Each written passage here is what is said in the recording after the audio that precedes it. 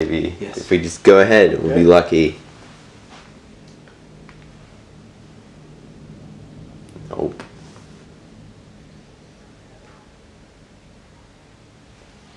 And it's gone again. I can hear it. Is it faint enough to get away with? It's really faint. Tingish, it's up to you. Can you have to wait? Or we can... let's do that, yeah.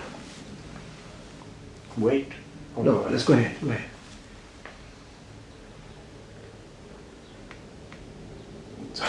I'm so distracted by listening to that now. It's getting louder. Yeah, that one's starting to get a little... Go for it now. And it's out of the microphone. Okay, I'll go for it. Yeah. It was James VI who initially tried to alter the forms of worship in the Scottish Church when in 1617-18 he introduced what are known as the 5 Articles of Perth. And one of these was the attempt to insist on kneeling for communion, a practice which had not been used in the Scottish Church since the Reformation. And this caused all kinds of trouble, divided opinion within Scotland, and James actually was pragmatic enough to realise that this wasn't going down well, and although he insisted that this was approved by a Scottish Parliament in 1621, he didn't subsequently insist on its enforcement.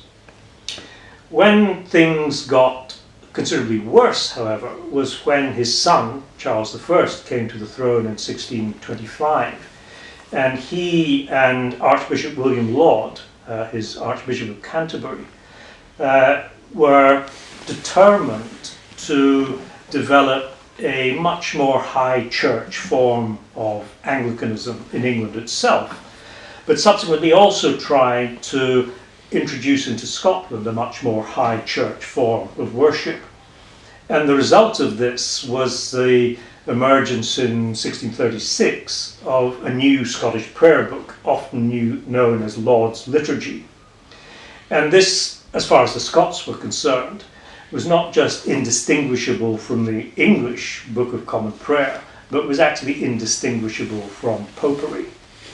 This was the reintroduction of Catholicism, a highly ritualized form of worship where kneeling for communion was integral, and which they saw as the next best thing to Catholicism itself.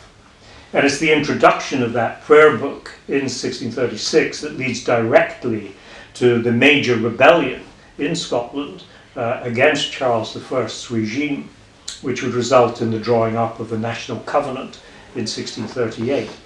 And the identification of Presbyterianism as the form of church government in Scotland with a form of worship which was as simple as it could possibly be.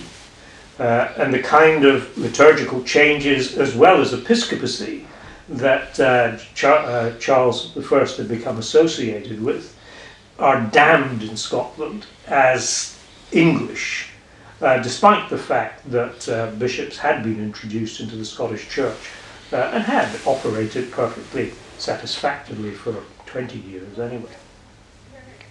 So by the end of all of this,